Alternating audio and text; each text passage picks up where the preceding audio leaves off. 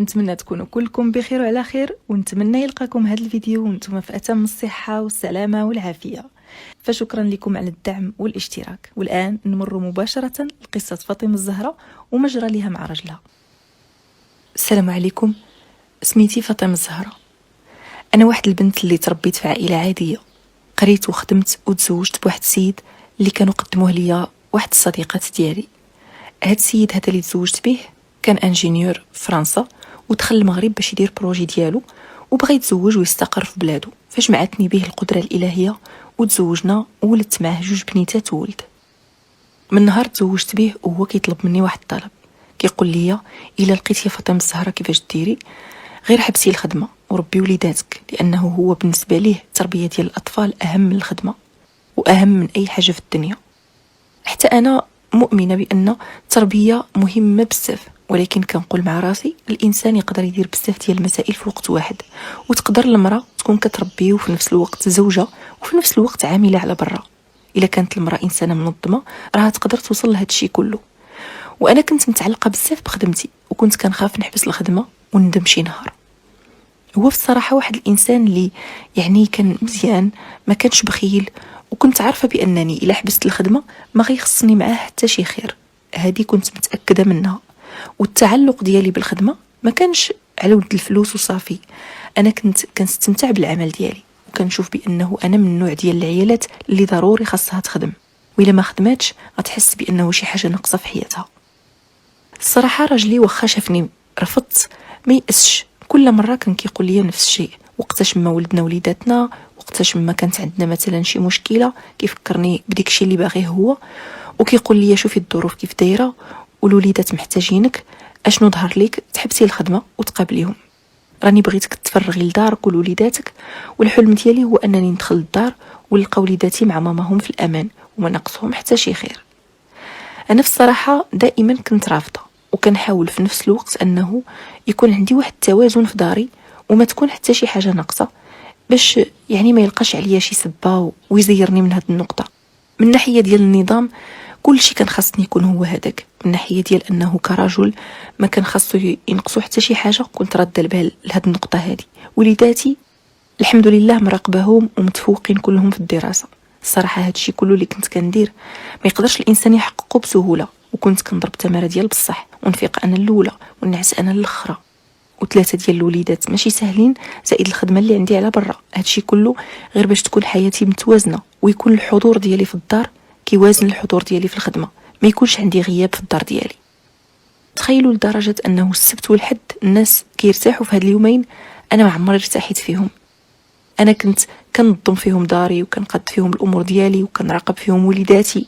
بعد المره كنت كنستعن ببعض المساعدات، منين كنحتاج ليهم كنجيبهم، ولكن داكشي ما كانش دائما. كنت كنجيبهم لواحد الفتره اللي كنكون فعلا مزيره ومحتاجه فيها مساعده، كنكون عندي عياء شديد، ولا كيكون عندي مرض، ولا كنكون عيانه، ولا وليداتي كيكونوا محتاجيني اكثر. فكنجيب واحد المساعده كدوز معايا واحد المده ديال شهر او شهرين، ومن بعد ما كنعاودش نجيبها. غير كندوز بديك المرحله الخايبه اللي كنكون فيها، صافي عاود كنرجع نعيش كيف ما كنت من قبل بدون مساعده. هادشي كله علاش؟ باش ما نعودش نفسي انني نتكل على شي واحد يقوم بالدور ديالي في الدار.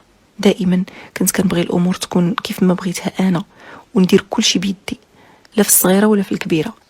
من فوق هادشي والدينا ما بخلوش علينا، لا والديا ولا والدين راجلي الا احتاجيناهم كانوا كيعاونونا في الصراحه. وهذه واحد الحاجه اللي انا شخصيا عاونتني بزاف. ما حدي كنكبر والسنين كتزيد، وهنا غادي نترقى في العمل ديالي وغادي يولي عندي بوست مزيان. هاد الوقيته هادي غادي تصادف مع المراهقه ديال ولدي وبنتي الكبارين. الدري كان وصل ل 15 عام والبنت وصلت ل 13 عام ونص، وكانت بداتها المراهقه بكري، فكنت مشطونه معاهم بزاف. وفي نفس الوقت مع ديك الترقيه اللي جاتني وليت انا مسؤوله في الشركه، هاد المسؤوليه اللي عندي ولات كتستدعي مني انني نحضر في الشركه سوايع اكثر من هادوك اللي كانوا عندي من قبل. وهذا الشيء دار لي شويه ديال ستريس في حياتي، ما حيلتي للخدمه، ما حيلتي للولاد اللي بداو كيكبروا ومحتاجيني. خاصني نثبت الوجود ديالي في الخدمه باش نكون قد هذيك المسؤوليه اللي عطاوني، وفي نفس الوقت ما نفرطش في داري وما نفرطش في وليداتي. تبدل لي الروتين ديال حياتي، حتى وليت كنحس انني مضغوطه بزاف ما بين هادي وما بين هاديك. فوق هاد الشيء الام ديالي كانت مرضات وكان ضروري خاصني على الاقل 2 مرات في السيمانه نمشي ونطلل عليها ونشوف شنو خاصها. كنت دايره ليها واحد المراه كتقابلها، ولكن واخا هكذاك ضروري كان خاصني ندير الدور ديالي، وإلا كان عندها شي موعد في السبيطار انا اللي خصني نتكلف. زيد على ذلك بعد المره المساعده اللي كتجيبيها باش تحل لك المشاكل كتصدق هي اللي دايره لك مشاكل اخرى خصك تمشي تحليهم. المهم المسؤوليه غادي نقول لكم زادت عليا بزاف حتى وليت تالفه ما عارفاش منين نبدا، وليت واحد الانسان اللي ما كتساليش حاجه من مور حاجه. الاشغال ديالي ما عمرها كانت كتسالي، حتى كنطيح مهدوده وكنعس والغد عاود كنفيق وكنبقى نتجارى مع الوقت ومع الزمان. في داري وليت محتاجه المساعده، وغادي نجيب الاولى والثانيه والثالثه حتى غادي تقول لي عكوستي راه واحد المراه من العائله ديالنا يتيمه كاينه في البلاد، جيبيها هذيك الثقه يمكن هي اللي غتصدق لك. شتك بنتي تجيبي الاولى تجيبي الثانيه تجيبي الثالثه وغادي تحماقي، انا كنصحك بهاد البنت اللي من العائله راه غادي تنفعك. منين سمعت هاد الكلام ما نكذبش عليكم فرحت. قلت ليها واش كتعرفيها مزيان؟ قالت لي كنعرفها، راه يتيمه ومحتاجه تخدم وانتي عاود محتاجه شكون يساعدك. ايوا قلت مع راسي هذه من ديك المنطقه ديال راجلي وكيعرفوها، يعني هي اللي صالحه ليا. هي كيقولوا انها من العائله ديال راجلي، ولكن غادي نقول لكم واحد القرابه اللي بعيده بزاف. بقيت كنفكر كنقول هذه من العائله ما غاديش نخاف منها، يعني ماشي بحال نجيب شي حد براني لداري. وانا كنت ديما كنقول الا خليت شي حد في الدار خصني نخلي شي واحد اللي امين اللي نامنوا على وليداتي وعلى داري.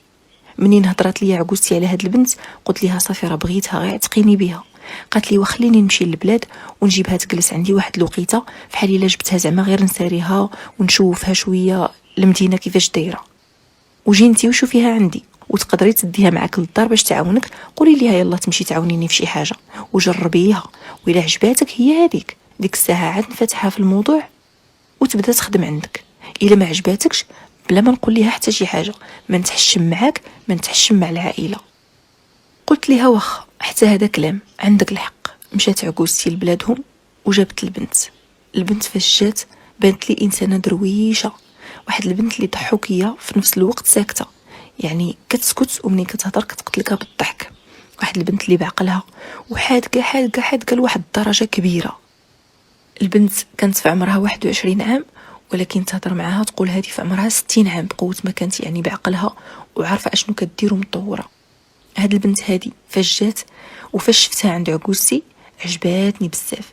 قلت لعكوستي صافي عتقيني بها، هذه هي اللي صالحه ليا، هضري مع عائلتها اللي مسؤولين بها باش تبقى معايا. قالت لي راني قلت لك هاد البنت يتيمه وراه ما مسؤول عليها حتى شي حد، كانت جالسه مع جدها وجدها ما يكرهش انها تبقى معايا. قلت ليها وصافي نعطيها اللي بغات غير تبقى معايا في الدار وتساعدني.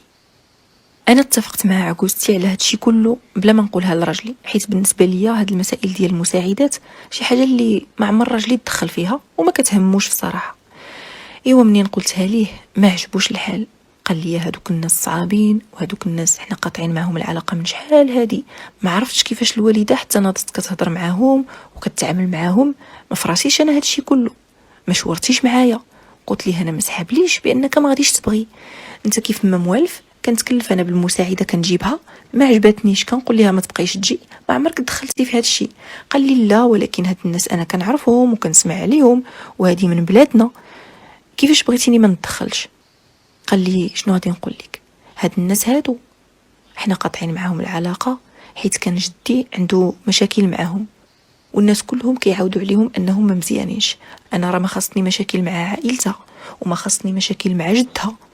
قلت لها ودي راه ما عندناش حنا علاقه بجدها، حنا غادي نتعاملوا مع البنت وهداك الشيء اللي كتهضر انت عليه راه غادي يكون قديم وتنسى. وزيدون كون كان عندها شي مشكل ولا كون كانت دير ليا شي حاجه خايبه ما تجيبها ليش الام ديالك. هو المهم ما عجباتوش الهضره ولكن صافي استسلم وقال لي وصافي مادام القضيه فيها الوالده دير ولا لا اللي بغيتو، غير الا وقع لكم شي مشكل انا راه ما غاديش نتدخل. منين سكنت معايا البنت في الدار دوزنا واحد الوقيته عاديه. في الاول علمتها كيفاش انا كنبغي الاشغال تكون.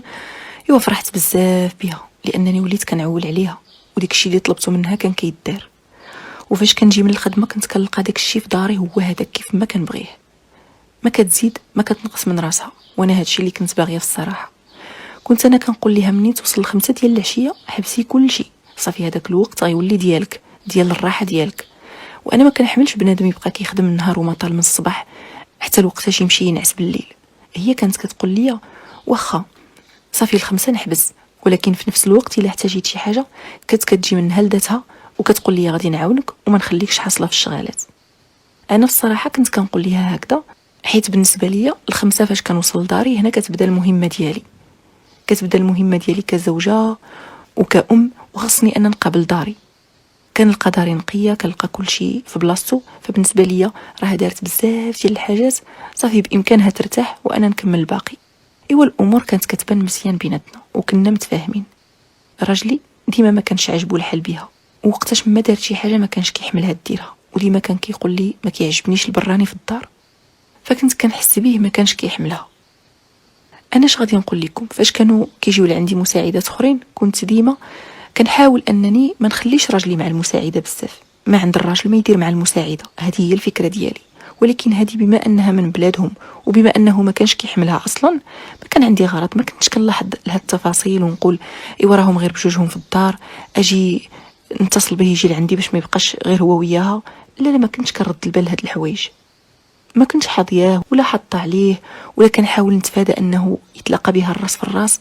صراحه هذا غلط درته، ما عرفتش كيفاش وقع ليا. مهم بقات معايا البنت لمده عامين، كانت هزاني على كفوف الراحه، ما خلات ما دارت معايا. نجي نلقى كل شيء واجد على اكمل وجه، الدار ديالي مقابلها بزاف لواحد الدرجه ما كتصورش. كانت البنت خفيفه وتبارك الله، عندها واحد الجهد وعندها واحد الصحه اللي تهز لك الدار وتحطها. انا كنت كنقول ليها بزاف عليك هادشي اللي كديري، وهي كانت كتقول لي لا انا عندي هادشي عادي، وهادشي راه ماشي شي حاجه، راني نقدر ندير اكثر من هادشي اللي درت. المهم بقينا هكذاك، وكنت كنقول والله الا عندي الزهر طحت في واحد البنت اللي هزت لي الدار كلها. حتى لواحد المره غادي نمشيو انا وراجلي ووليداتي عطله لمدينه افران، كان ديك الساعه الصيف، خليناها هي في الدار مع عكوستي، منها تعاون عكوستي ومنها ما تبقاش بوحديتها في الدار ديالي. فما بغيتش نديها معايا في الصراحه، كنت بغيت ندوز واحد الخريجه غير ما بيني وما بين وليداتي وراجلي، نكونوا هكذا الراس في الراس، نستمتعوا غير حنا مع الوليدات، ونعوض معاهم داك الوقيته اللي ما كنشوفهمش منين كنكون خدامه. تخيلوا في هذيك المده وفي هذيك التسافيره غادي نعرف واحد الحاجه اللي غادي تصدمني. راجلي دخل يدوش وانا هزيت ليه التليفون على نيتي باش ناخذ النمره ديال واحد السيد دريسيان كان صاوب لينا شي حاجه في الدار. هاد الدريسيان كانت واحد المراه طلبات ليا نمرتو، مراه خدامه معايا.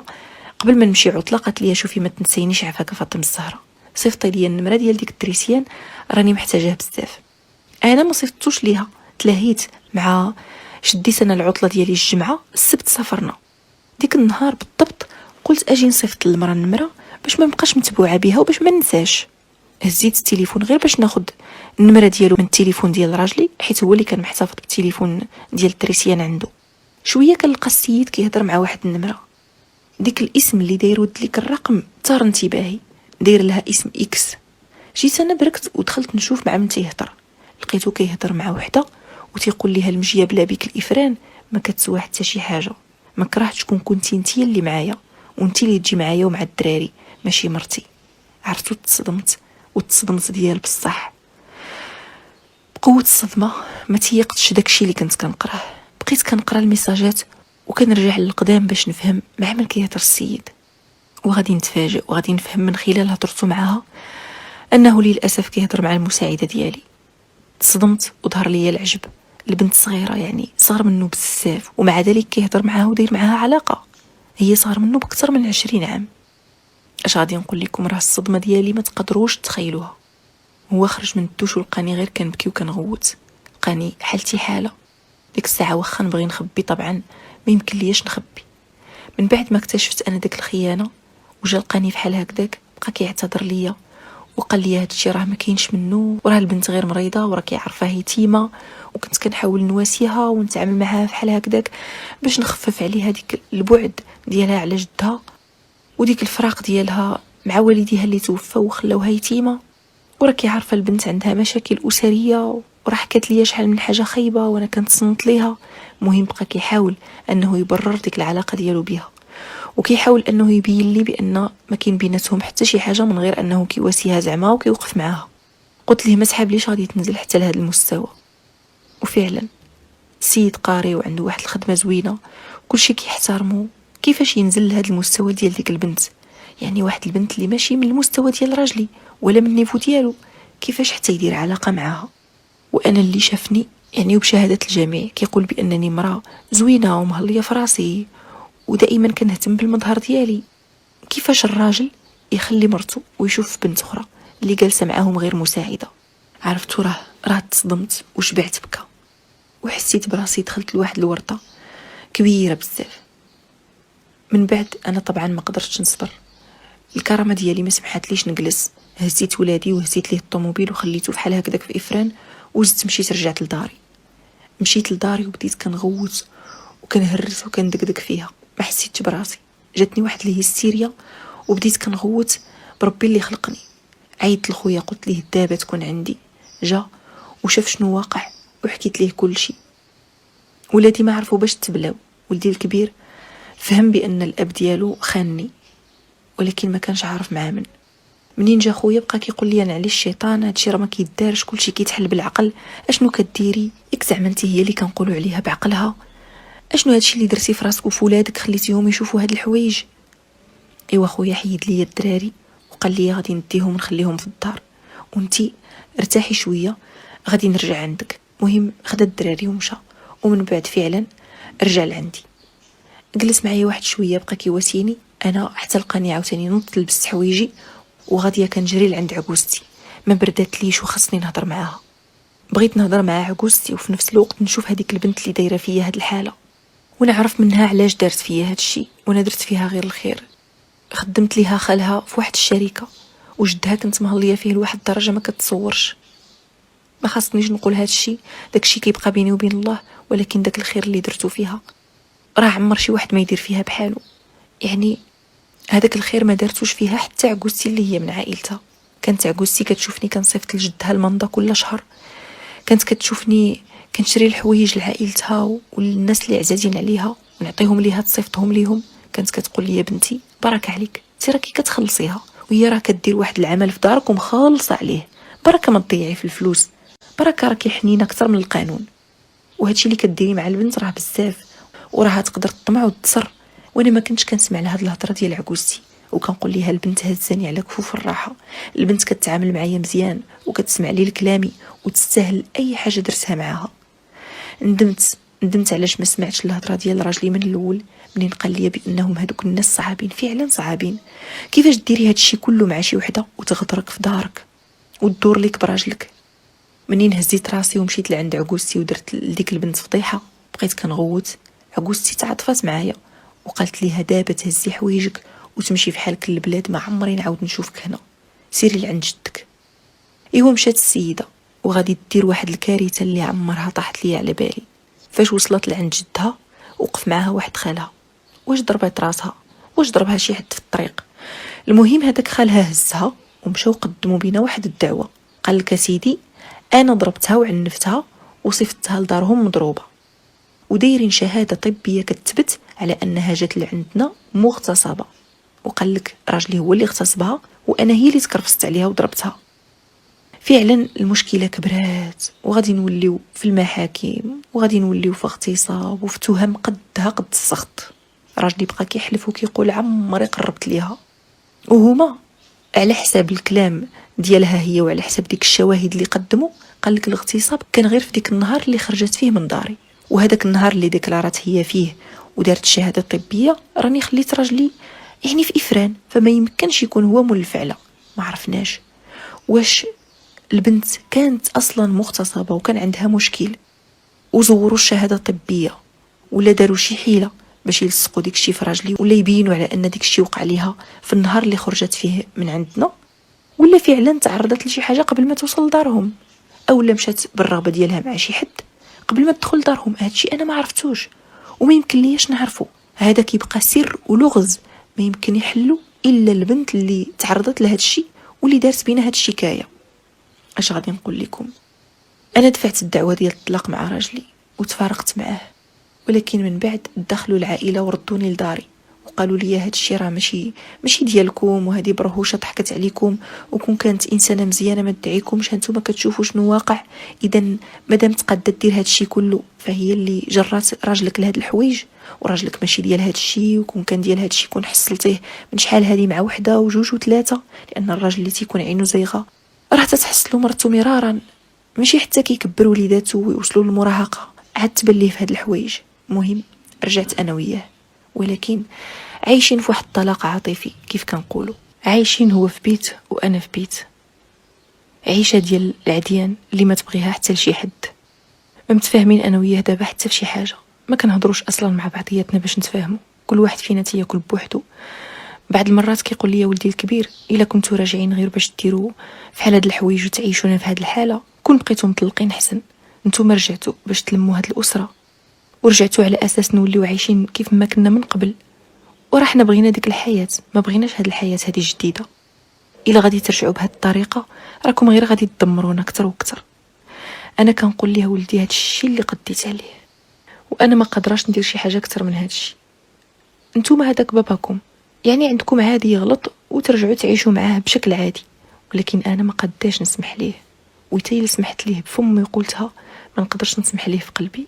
ما قداش ننسى داكشي اللي دوز عليا، حياتي ضاعت بسبابه، وخاني مع مساعده، مع بنت انا جبتها وعطفت عليها وتخليت فيها ودخلتها لداري بيدي. حياتي الزوجيه اللي بنيتها واللي درت المستحيل باش يكون عندي فيها واحد النوع من التوازن، وما يكون خاصكم لا نتوما ولا هو حتى شي حاجه.